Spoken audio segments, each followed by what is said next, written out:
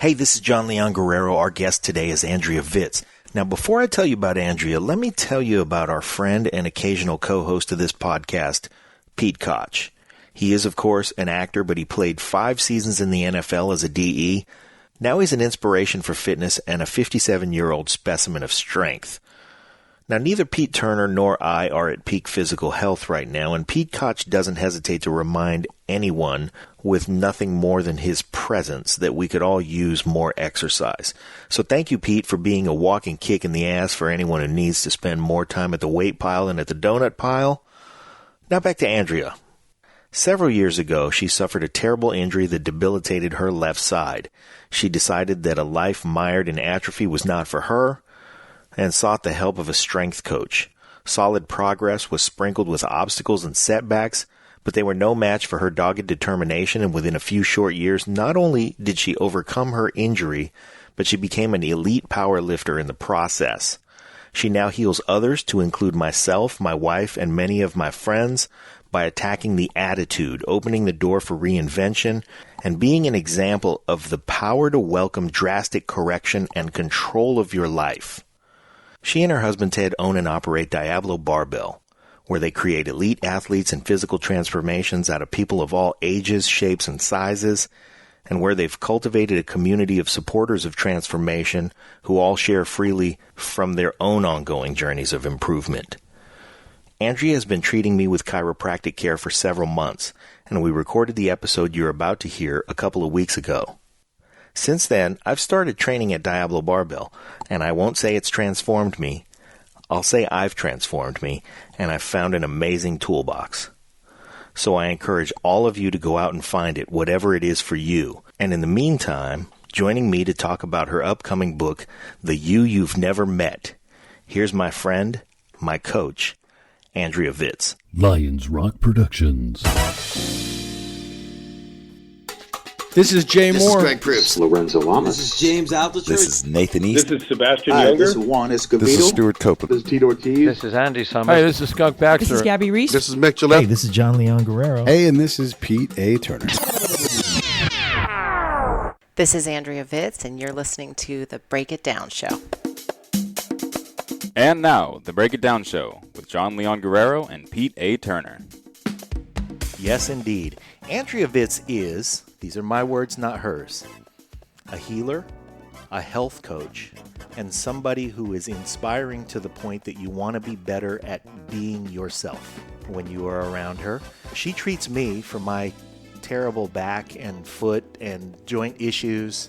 She treats my wife. She treats several of my friends and coworkers. And she keeps us upright in so many ways. So I've sort of been bugging you to be on this show for a while. Yes. And I have the perfect excuse now because you've written a book. Yes, that's correct. Do you have a title for the book yet? It's so new, right? Yes.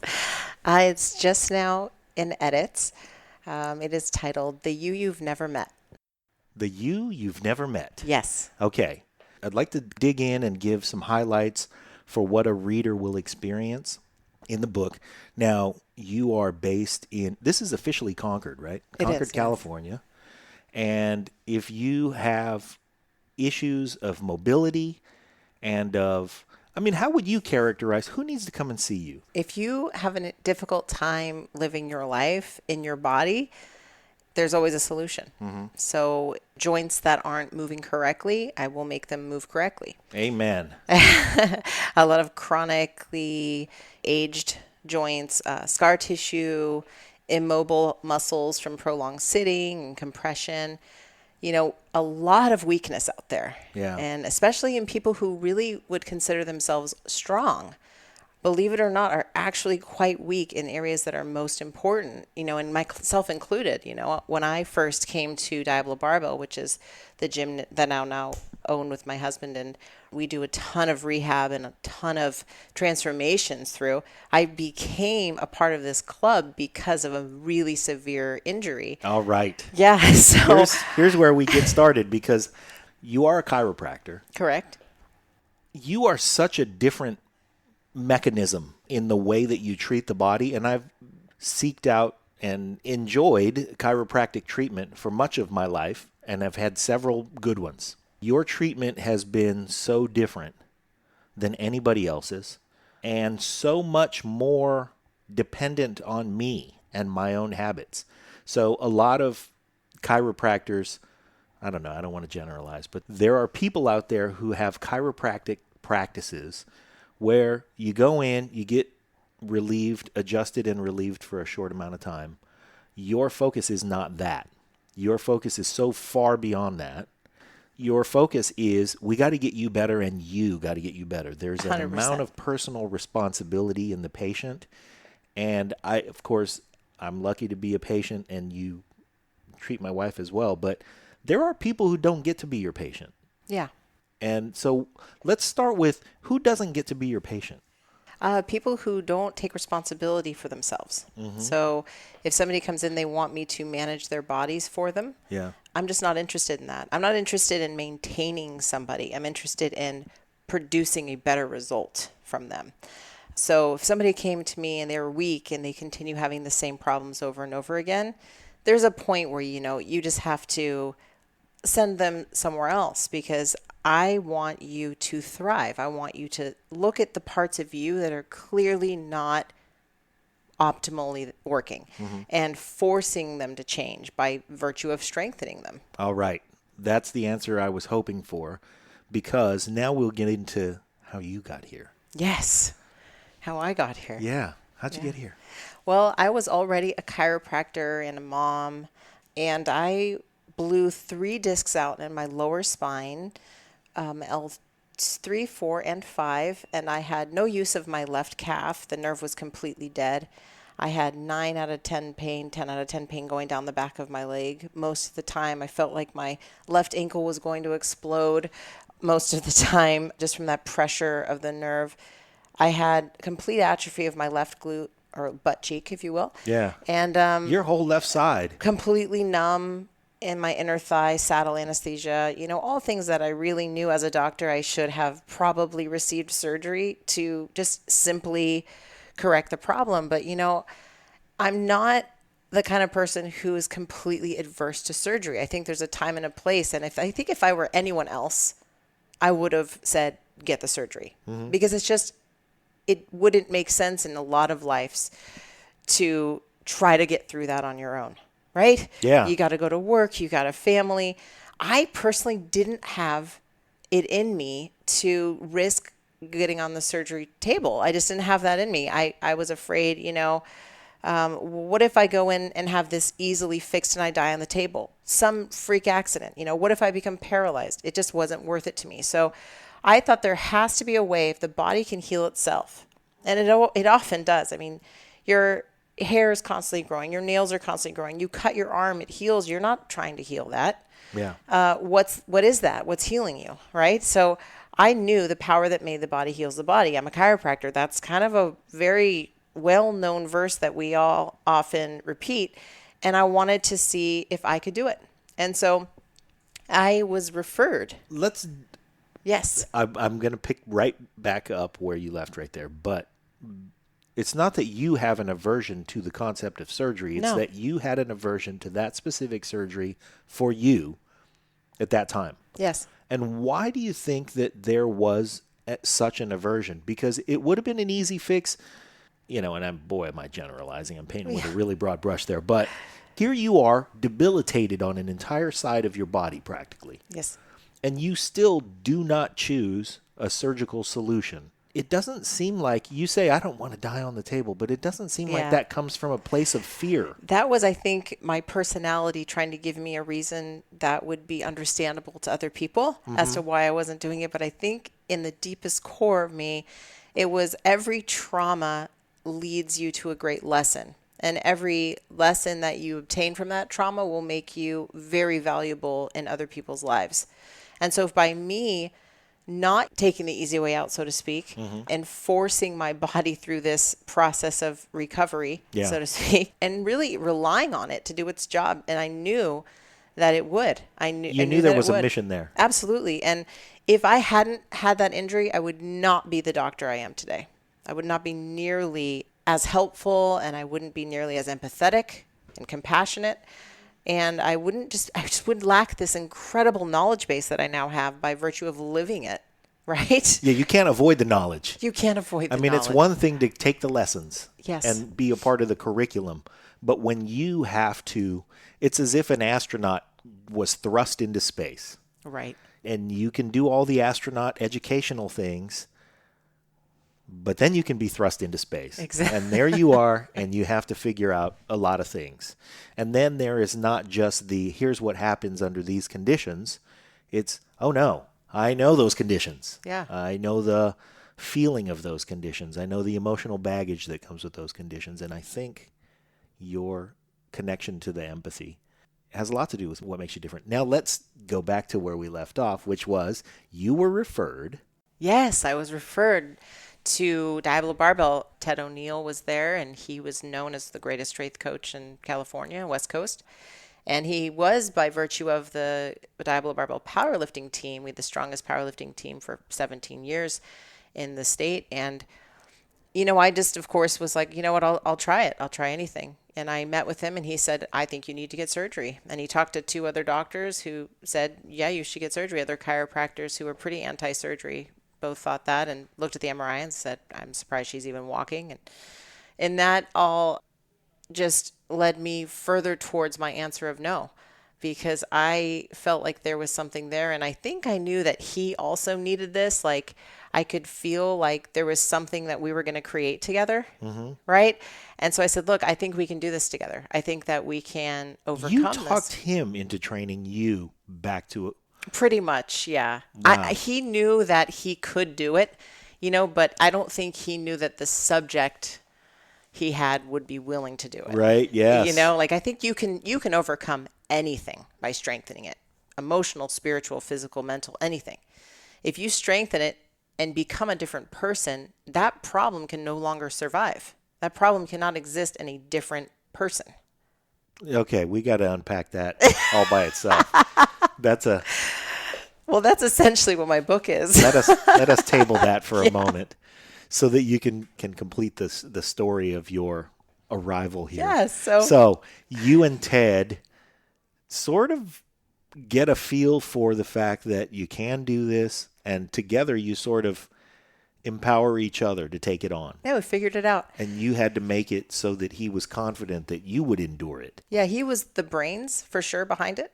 And I think I was just the will, right? I think he's got his own will for his own life. But this is funny because our listeners, okay, first of all, let me just say, because I know Ted, I know where you're going with that.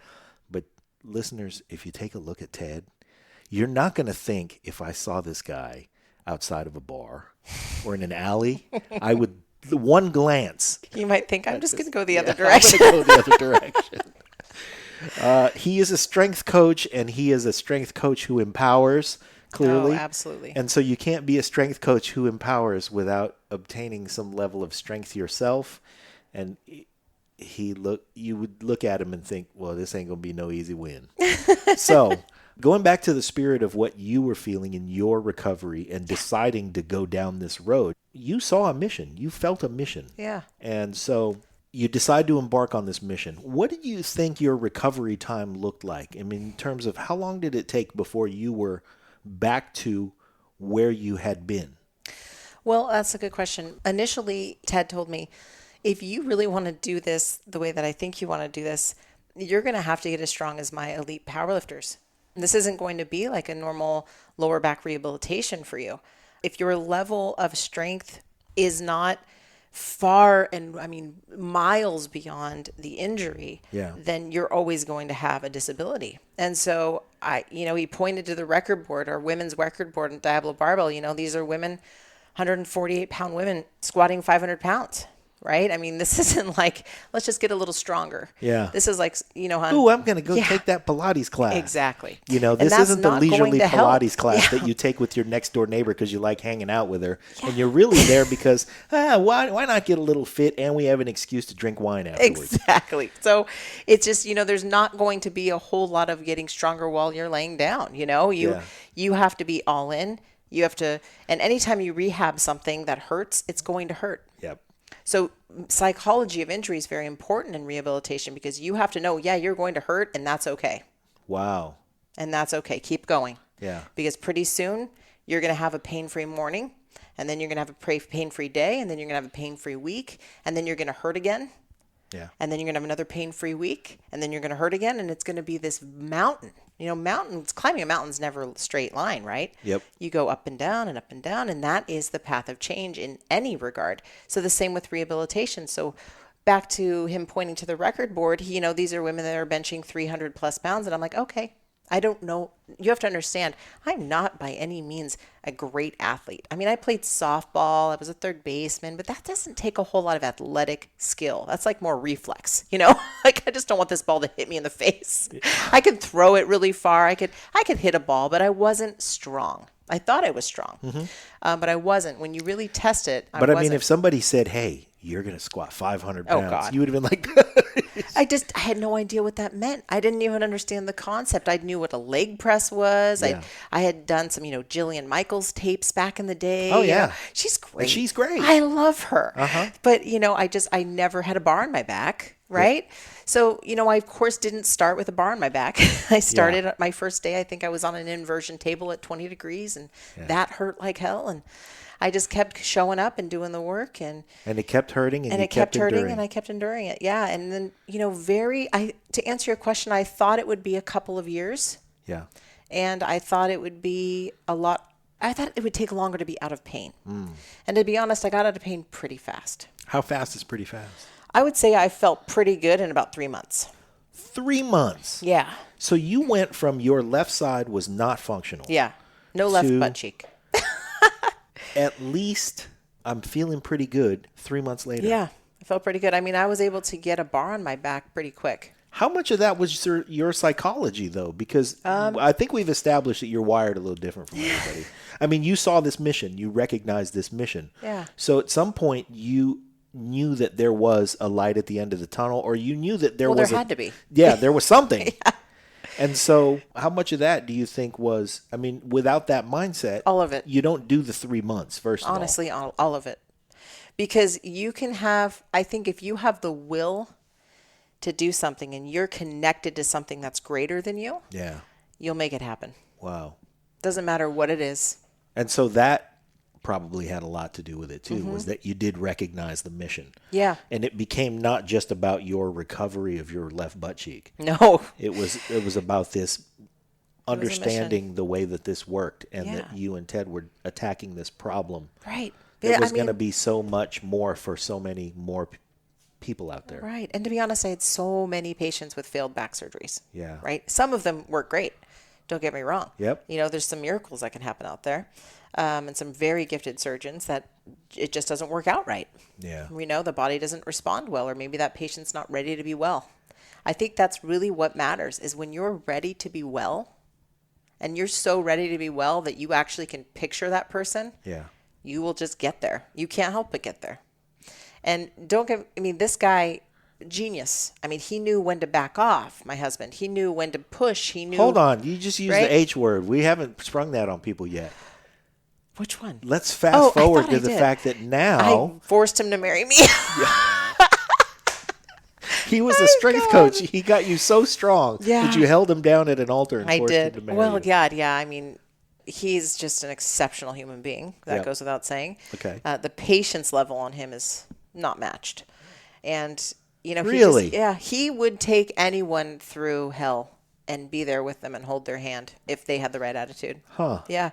Just an amazing human being. Yeah. And I feel like together we really kind of finish each other in terms of, like, if I'm working on somebody and there's a strength element missing, he just steps right in and knows how to fix that. And by virtue of my going on the strength path, I also have that gift now where I can help other people with strength, and it's really second nature to me. I can see it instantly, like, oh, well, clearly, that muscle group doesn't move together correctly, so we have to entrain that. But he took me from not being able to stand up and sit down on my own to squatting 524 in competition 3 years later. In 3 years, you were squatting I was in excess of 500 pounds. Yes, I'm a geared multiply powerlifter, and that is hard to explain, but that's my sport. And in, I would say 2014, I got an elite total in powerlifting, which is the total of the 3 lifts, the bench press, the squat, and the deadlift. And an elite total has to be a certain number that measures along with your weight class. Relative to your weight? Okay. Yeah. And I got my first elite in 3 years. And what does that mean mathematically? Oh, God. I don't even What know were how to those? explain that. Okay. Well, let's say I was 195 pounds when I got my elite total, and I totaled 1223. Between those 3 exercises, Yes. you were pushing up 1,200 pounds. 1223, correct. 1223. Yeah. This is what I like to do when I tell people about you. I say, and she can squat 525 pounds. and here's the punchline. I go, you know who cannot squat 525 pounds? Us. And so I love to do that because then a person gets to not only feel like, boy, am I, I'm a weakling, but the 2 of us together couldn't push that up. It's a tremendous accomplishment to come from. You can't get up out of a chair by yourself. Yeah. And in really such a short period, because I don't want to underplay the amount of sacrifice that had to occur in those years. Yeah. In those short few years, there was a concentrated amount of sacrifice. Yes. But we're not talking about a lifetime. No. We're talking about 3 years. a very compressed Yes. an amount of time for a turnaround. So this is the thing I want to drive home for our listeners is that, hey, we're not talking about 30 years. We're talking about 3 years. Oh, yeah. And for those of you who are out there who want to get stronger, want to get better, want to fix something going on in your body, in your frame, in your mechanism, in your head, In your life. yeah. There's a turnaround period that is finite. Yeah. Well, honestly, all change happens in a second. It's just a decision. That's all. I mean, the second I made the decision to get better, I was better. Yeah. I mean, in the future, there was a point at which I would squat 500 pounds.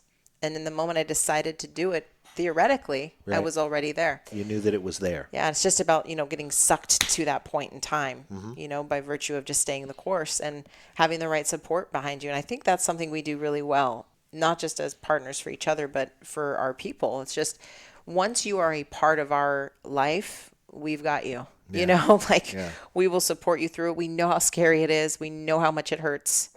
We know how hard it is to change. And, change is uncomfortable. Change hurts in your body even. Yep. Your body wants to stay the same. That's kind of the whole point. It's homeostasis. It wants the same. So to ask it to change, whether in emotion or in physical or mental, it's going to kick back. It's going to say, I disagree. Especially outlook when it comes to Absolutely. outlook. Yeah. It'll give you something in your body or in your experience will provide the opposite of what you want to see when you decide to change. And that's kind of one of the things I talk about in my book. It's magic, like Einstein would call it like spooky action at a distance. When something happens, right, that theoretically shouldn't happen, but it's so synced up with your process that it has to be a part of the process, right? It insists itself It insists upon you. So the same thing happens with change in the negative. I call it in my book the familiar energy crisis. You might be trying to change something about yourself and you re-enter into a familiar part of your life and it sucks you back into the old. Wow. Right? So it's a way of your body and your mind and your life keeping homeostasis or the status quo. Yeah. So there was a lot of things in my life that tried to keep me from getting stronger. And one of those things is pain. Symptom. I did this, it hurt more.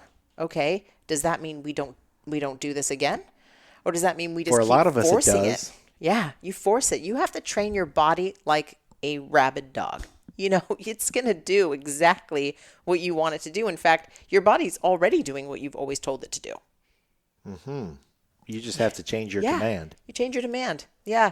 And you demand it enough and you love it enough and it's going to change. It will do anything you ask. Pause for effect. Yes. At the time where I usually say So listeners, go to www.whatever and buy this book. I will say this. I'm talking to Andrea Vitz. She is a healer of many things, mostly your attitude and your ability to make your life better. Yes. And if you're lucky enough to be in the Bay Area, she is based in Concord. It's Andrea Vitz, Vitz. And for our listeners who are interested in being as strong as they want to be, you're talking about Diablo Barbell, which is your husband Ted's. Yeah. It's yours together, Yeah. but it's right next door. Yes. To your practice. So anybody who's in the Concord, California area, you can experience these things firsthand, and you should. And if Yeah. you know what's good for you, you should come test yourself. Yeah. It's not just come see Andrea, it's come test yourself. See what you're made of. And you might not be ready, honestly. Yeah. You might not be ready to take on the journey, but I promise these folks are very patient. Oh God, just They'll stick around for you. No one walks through our doors a champion. Yeah. You know, for me, I'm a perfect example of the kind of person who walks through this door. You know, completely injured and weak and scared, looking for answers, looking for guidance, and really, The thing you just was need you the were decision. looking. I was looking. Yeah, I was open. Did you know you were looking? No, I don't think I did. Yeah. Yeah. I think that's the same for a lot of us. Yeah. We don't know that we're looking. Yeah. And a lot of times we don't know for a long time. Right. So be patient with yourselves, everybody. Everybody who's listening to this show doesn't get to come here. That's true. So I'm glad you wrote that book, and at some point that book's going to come out. And it is called The You You've Never Met. Correct. So keep an eye out for it. Of course, we'll do a web blast on the website and the email thing when it comes out so that everybody knows it's out. But we have listeners now in 125 countries. Oh, wow. Which means that not everybody is going to get to come see you. Right. But they can always call me. they can call you. Yeah. They can get you on Facebook. They Yeah. can. I could give them some cheat sheets on how to speed through the process. But you know what's interesting is so many people are always, you know, blown away that my book isn't even about injury, and it's not about chiropractic, and it's, you know, it's not even about physical strength. What would you say it's about?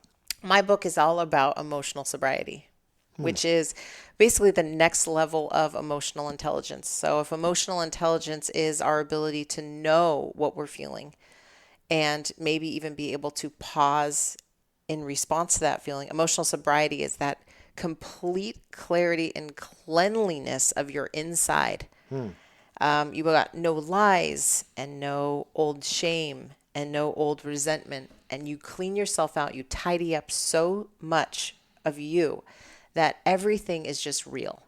So all of your emotions are real. There's nothing that's preconceived, nothing, no repeated patterns, you know, like, oh, my grandmother always got angry when this happened, so I do, right? Yeah. That's gone. You know, so it's really it's a strength-based, exercise-based book that requires 100% commitment and self-responsibility.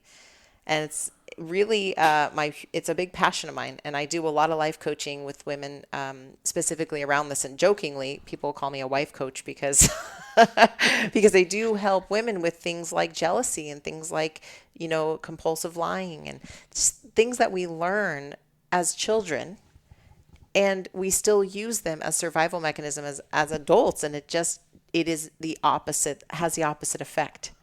Wow. Yeah. So that's really what it's about. It's about forcing change by virtue of at your own hand, really. Just like, you know, you would if you were rehabbing an injury. It's the same.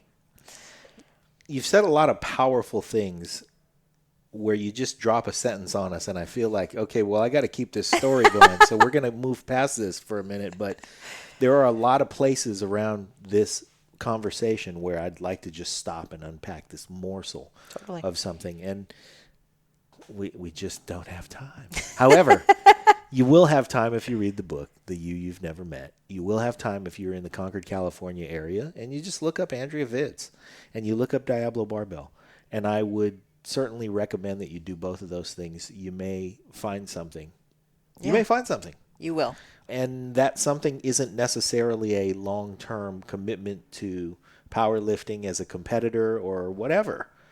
but it could just be an exposure to a part of yourself that is an answer to the rest of the parts of yourself that you don't necessarily like or that you wonder why they're there. Or it's weird that you use the word sobriety, emotional sobriety, because I have mixed feelings about. There are plenty of folks who I know and love who are practicing sobriety in the traditional sense. Correct.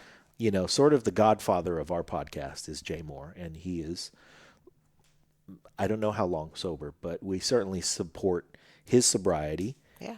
But I sort of have a love-hate relationship with that word. Okay. Just because I also like to be drunk. Well, so there's a big difference between sobriety, as in I'm an alcoholic and I don't drink anymore, therefore I'm sober. And like, for example, if I am completely unaffected by something outside of me, meaning I don't need booze to feel something different. Okay. Because of my sickness. I don't rely on it, right? You don't go home and drink because you feel like you're going to die without it. I see. Right? So you are in essence sober, but you're drinking. Okay. Okay, so that's what I'm saying is there's nothing outside of you that can change what's inside of you, nor should it need that, right? So when I think of somebody who is sober, I think of somebody who has massive clarity, who is honest, who is level-headed. Think of the definition of sober. It doesn't necessarily mean the lack of alcohol or the lack of methamphetamine, right? It's everything. Well, that's an interesting. There's a dinosaur outside. How does that sound? No, there's probably, 1,000-pound piece of equipment that's getting moved around. Yeah. So a lot of people don't understand that, but you can absolutely have a glass of wine or a bottle of wine and be sober. And still be emotionally sober. Yeah. In that you retain your clarity and your judgment and your ability to exercise your own will. Right. And that's part of it too. Correct. So emotional sobriety, if you look at it as if you're drinking, a 24-pack of beer because you hate your life, essentially. Yeah. Okay. You are now belligerent drunk. Yep. Okay. The same thing could be said for, let's say, me. If I am hysterical and dramatic and compulsively lying and throwing a tantrum, I'm under the influence of my emotions. I am emotionally belligerent. Yes. I am not sober. Gotcha. And nothing that I do is a choice. Have you been there, listeners? I think you have. I'm imagining certain people who I know have been there because I've been there with them. Yes. And I've thought, man, you are out of control. You are not sober. So in that moment when you're talking, I don't know if you've ever had a fight with somebody who is just so, you can't even console them. They're so out of it. Right? They're no longer. Not only have I had a fight with that person, other people have had a fight with me as that person. Yeah. Right? So that would be a version of you that you don't really like, right? Yeah, and so that certainly was not emotionally sober. No, and that's what my book is about. It's to help you become the you you've never met, that future you that is so level-headed and so complete and so whole that nothing outside of you could ever alter what's inside. Okay. Now, for the readers of the book, the future readers of the book, yes, we're going to explore areas of yourself. We're going to allow you to ask yourself some questions. Some pretty hard questions. About your own emotional sobriety. And we're also going to have availability for this book, not only in book form, but you're going to make an audio book, right? You know what? I am. Because you said I have to. You must. I mean, the words are powerful, and they're powerful on the page, and there's nothing that replaces. I love books. Yeah. There's nothing that replaces the words on the page, but I think that this is one of those topics that can be enjoyed and digested, and hopefully enjoyed more than once and digested more and more seriously each time. Absolutely, it has to be. When they're received coming out of your voice. Yeah. So, and one of the reasons that, like I said, I've been, trying to cajole you into doing this podcast with me, but one of the reasons is because I absolutely want to nudge you toward that audiobook. Done. I think that it's something that we can listen to in traffic. It's something that we can hear. There's a sincerity that we can hear in your words. And there was somebody recently, one of our show's co-hosts, and a guy who I have so much admiration for, and I just love him. He's just such a great dude, is Scott Husing. And he was a major in the Marines and a decorated American hero and personal hero of mine. Great guy. He did not read his own book. His audiobook was read by somebody else. Okay, so I have a very similar thing. One of my favorite teacher of all time didn't read his own book either. And I know part of that could be that they're just so busy. Yeah. They really don't have that extra time. Their heart and their passion is on the road teaching other people, so just to read the book, someone else can do it, right? Yeah, it takes time. But there is, and I'm guarantee it does, but there is something to hearing that sincerity, like you said, that voice, the voice that wrote the book, reading it, because if my friend read my book, it's not maybe the inflection I would use. Yeah, it's different right? in your own head. Exactly, yeah. Where there may be almost a different message received. Right? Yeah. One of those different messages might just be wow, she really meant that. Yeah. Yeah, I mean She's it. not I kidding. mean a lot of it. Yeah. My editor told me that when she read through the first time, she said it's a very frank and direct book, but it's really loving. And that's really what I wanted, because I want it to be an invitation, not a demand or a shaming thing. I want you to think about some areas that you can be better, and not like good, bad, right, wrong, but for yourself. Like, where do you not want to get stuck anymore?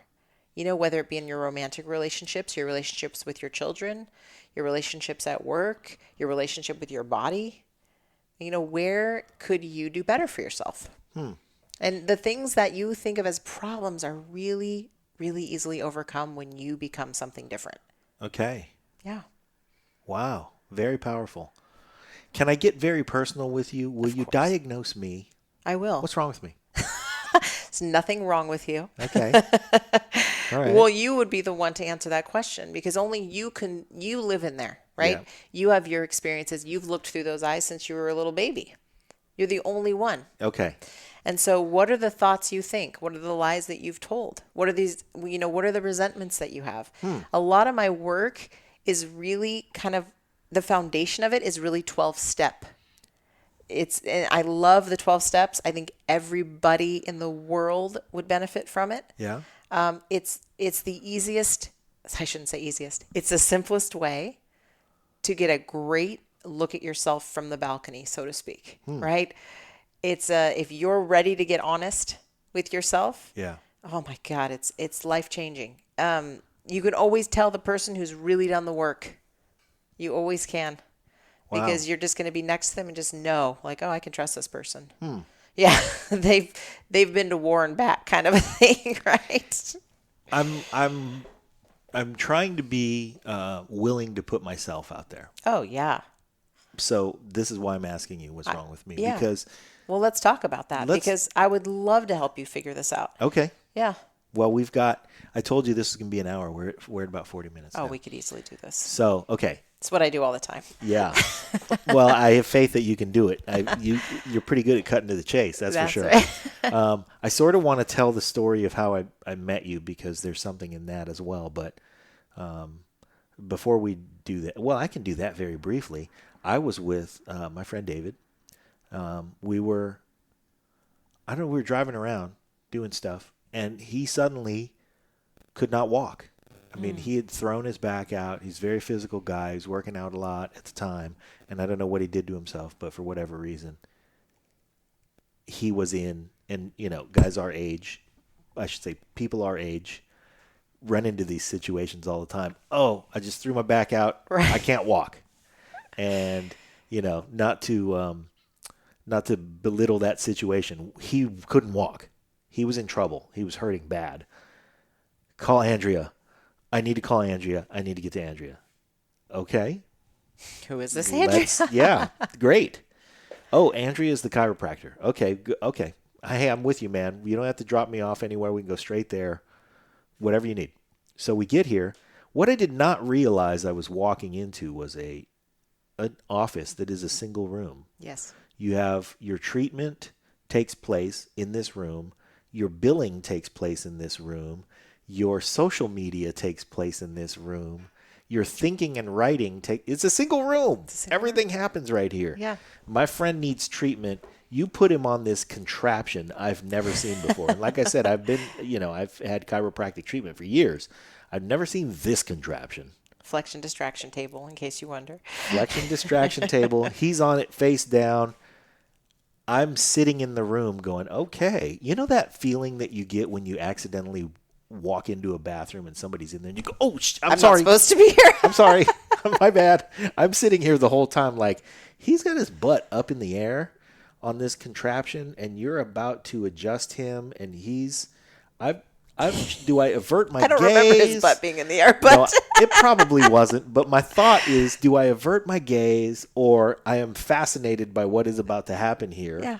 Because of his absolute faith that you're going to make him walk again. And I was like, no, I'm not averting my gaze. I'm going to see what the hell is going on here. And you did things that made me wonder about your intuition because you would grab a part of his body and just make a subtle motion and go, what's going on with your insert completely other part of his body? Yeah. And you would read something from somewhere else. Yes. And each time you did that, he would respond with, oh my God, that's been bothering me all week. Yeah. Or something. Well, because there's a misconception that we're a component of several different parts and we're whole. Uh-huh. We're one thing. Yeah. So to say my back is out is, if you think about it, pretty silly because your back is not separate from anything else. Right. Just like you and I are not separate, really. Yeah. Right? I mean, boy, is your back connected to everything else. Absolutely. So also, and there was a great conclusion to our visit in that you made him feel better. You gave him some relief. Yeah. He knew that there was some work that he had to do, but we were able to walk out of there. Yes. But the other thing that happened was your daughter was here. Oh, yes. So I also got to witness that. And again, folks, we're in one room. We're in this room right now. Yeah. You just treated me, and now we're here doing this. Yes. And so your daughter would come in and say, Mom, I just whatever. And I just witnessed an interaction between a mother and a daughter that was beautiful and sincere and loving and all of the things. And when I left here, I thought, I don't know who that person is, but who is this person? How does she? And by the way, she's clearly no pushover. And David said, oh, no, not only is she not a pushover, she could put 500 pounds up off of her shoulders. And I thought, what's going on here? What is happening in this place? So, well, you guys make me sound like Wonder Woman. it was a fun way to meet a person. That's and great. A fun way to get a sense of a person very, very quickly. I mean, you are completely out there. Here it is. Yeah. Yeah. So, since you're maybe completely clarify out there, that completely out there. She's out. She's cuckoo. No. You are completely out there in that there is no, I mean, you speak of honesty with yourself. It's important. Yes, it's all and of it. So this is why I am saying, here I am. I'm going to say, let's figure out what's wrong with me. Yeah. Because, I got stuff wrong with me. I got, sure, I've probably been telling myself some lies. I don't mean to be cavalier about that, or I'm not in denial about it. Of course. I'm just curious about what they are because they are, first of all, I do think I'm fairly healthy. And I do think that my admission that I'm not completely right is a step in the right direction. Absolutely. Now, what is wrong with the rest of me? Like, what are you going to have me fix? What do you have me fix? That's a long conversation. I don't know enough about what you're struggling with. Yeah. Does that make sense? It does. Are we talking about your body? Mostly. Yeah. Okay. Mostly, but I know it's not rooted there. It's not. No. So, your body tells the story of your life. Uh-huh. Okay. One of my favorite teachers says that your body embodies your thoughts and your emotions. It's an embodiment of it. I see. So what you feel in your body is a combination of your thoughts and your emotions and all of those things and your past. And so I think really it comes down to looking at your life and any areas of resistance, right? Anything from your past that you still feel, shame or unsupported, resentment, right? Yeah. Really dig deep for those things. Because I always say if you can lie to other people, you're going to have very unhealthy relationships. But if you can lie to yourself, you're in trouble. Okay. I'm in trouble. Does that make sense? Yeah. Okay. And this is why I'm doing this, because I'm in trouble. Yeah. I honestly don't know where exactly I'm in trouble. Okay. But I mean, let's say, there are a lot of things that are out of whack about me. I weigh too much. Okay. Now, and that's also very subjective. I suppose that the lie that I tell myself is, I just love good food. And I do. I love to congregate around good food. I love to appreciate. And by good food, sometimes I mean really, really bad food. Good tasting I can tell you where to get good tasting, terrible for you food in most every city in the United States. Yes. I mean, I have people who just are traveling somewhere and go, hey, I am in Memphis. What do I do in Memphis? Oh, the easy answer to that is Corky's. So get the dry rub ribs. Oh, you're in Round Rock, Texas? There is a Salt Lick. Go there. Get the smoked, it's just. So think about where that comes from. Where does that come from? When was it your childhood? Probably. Did your family really, like you say, commune around food? Yeah. So that's a form of love for you. That's true. Okay. So that's easy. Okay. Because if you can change your relationship or your emotion around that, all you have to do is keep the same feeling and change the ingredients. Okay.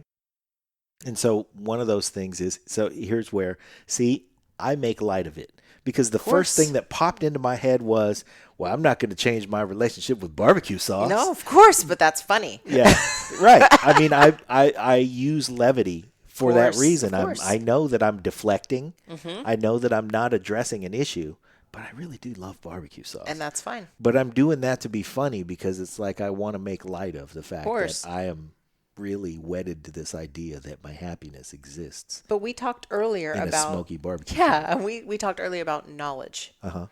If you have knowledge, then you can change anything. Okay. So all you would have to do is find out the foods that you like eating that aren't going to have an unhealthy impact on your body. Okay. To the same degree that you do now. Like most things you can eat in the world, you can eat anything and be healthy. Okay. It's your relationship to that matters. Right. Right? And my gluttonous attitude toward. Yeah. And if you're whole and you're not eating it because you're trying to fill something, you're probably not going to gain weight. Very interesting. Yeah. Our sicknesses are always expressed in that way. Right? Wow. Okay. And here's the problem is that if there is something you're trying to fill with food, and that is a sickness for you or just a compensation, it's visible. Whereas if I was drinking by myself at night, you might not notice it. Yeah.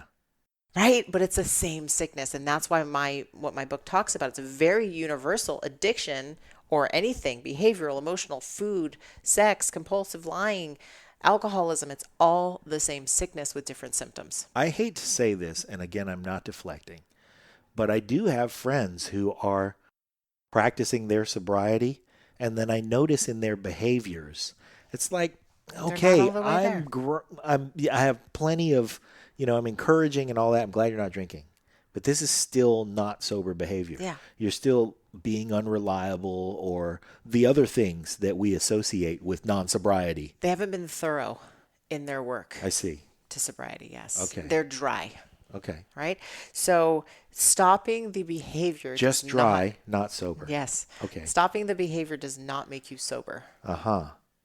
Just like saying sorry does not change the fact that you'll just do it again later. Right? Oh. Right. Wow.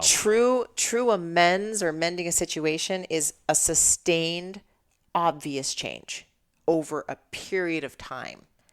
So like if I'm working with somebody and their amends is that they have to go tell their husband that they've been lying to them for the last 5 years, you better believe that they're going to be honest forever. That's the only time that amends makes sense. You can't just say, hey, I'm sorry, I've been lying to you, and then continue the same thing, right? So that's the difference. Wow. If somebody just let's say there's a wife who comes home and she's like, well, I'll just tell one lie. There's a vast difference between that and telling 15 lies. But is there really? Right? Yeah, right. So that's the same The thing work with is incomplete. these people. The work is incomplete. If you're not totally changed, you haven't done it. Yeah. You'll get to a point, you should in fact get to a point, if you really want to look at this, you'll get to a point where the food won't matter in the same way to you. You're not going to be thinking about food the same way. And you're not going to be thinking about exercise the same way.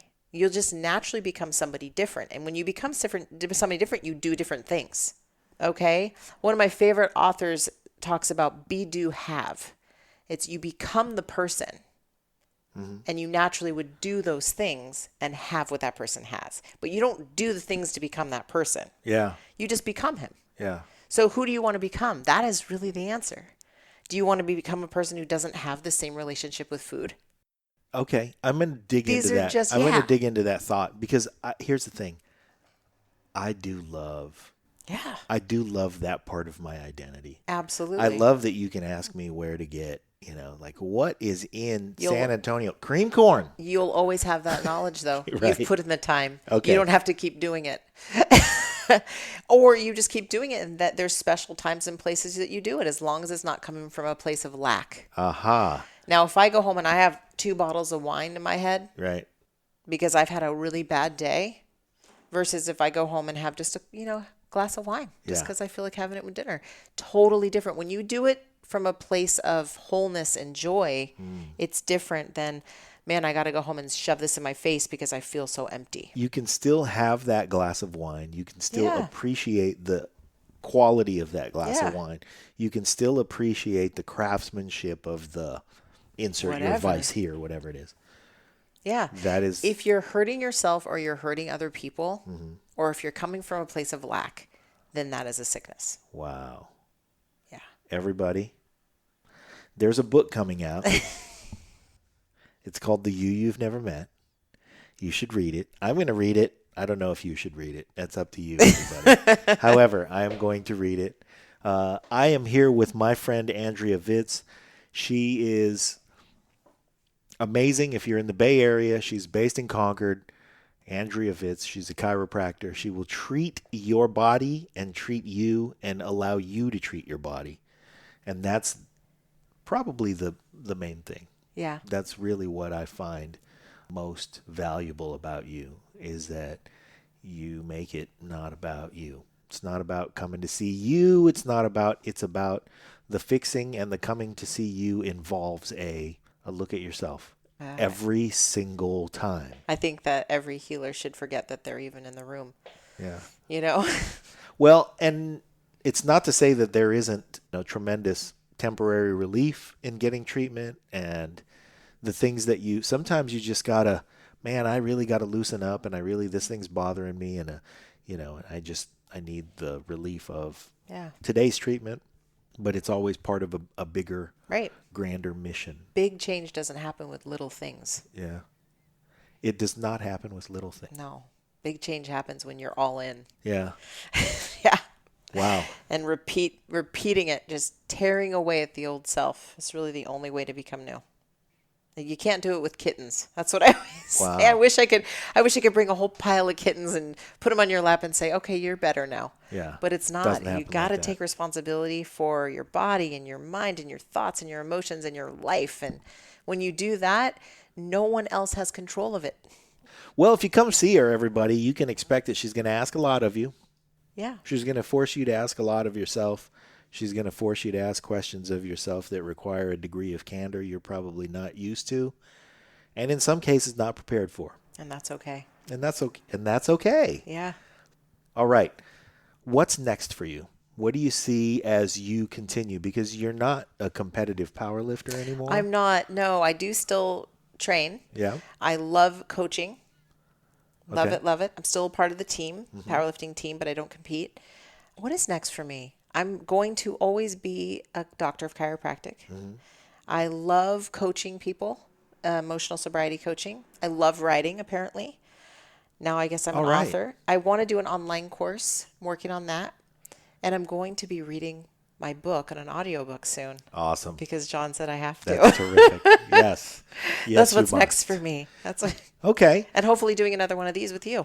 You will do plenty of these with me. You just don't realize it yet because there's a podcaster in you you've never met.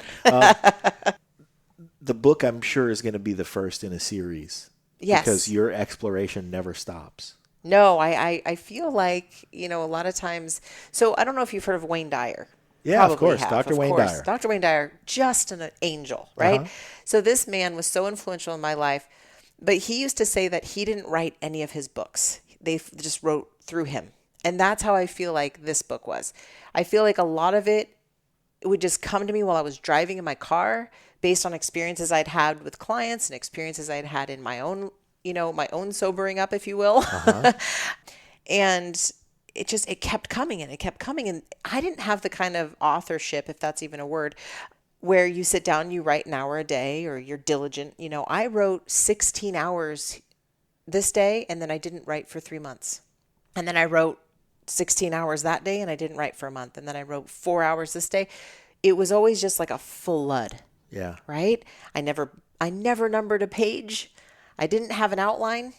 And it just somehow turned into this really, really good collection of lessons and teachings. And it's really prerequisite teachings. It's a self-help book, I guess you could call it. But it's really a self-work book because you're supposed to work. You can't just read a book and get better.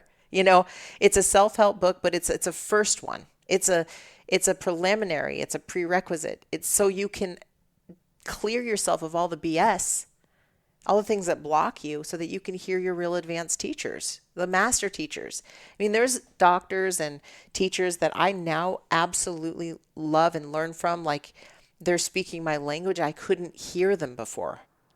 I read them before. Yeah. Or I saw their name before, but I never clicked on it. I wasn't there. I wasn't ready, like you say, right? But when I became somebody new, that version of me was all about it and understood it completely. And it took me to the next level and the next level.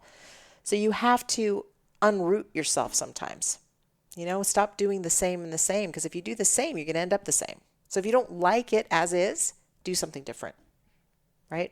Do something different. Be somebody different. Be somebody different. And Choose that takes the a somebody. lot. It takes work. Terrific. Yeah. And I will support anyone who wants in that quest. That's my favorite thing to do. That's a dream of mine, is to have just a whole thousands of people that I can help do that. Just that. I want that dream for you. Thank I you. don't just, what? That's not accurate. I don't necessarily want that dream for you because I know you're going to make it happen. I want that dream for the rest of us. I want that really dream sweet. for the folks who need the impact, who need the encouragement, Yeah. who need the patience, who need their own exploration. And you are a very special person, and I love you. I love you. Thank you so much for having me. Ladies and gentlemen, my friend, author, speaker, Maybe. healer, I'm speaking now. Andrea Vitz. Thanks. Thank you. That wasn't so bad, huh? Not so bad. All right.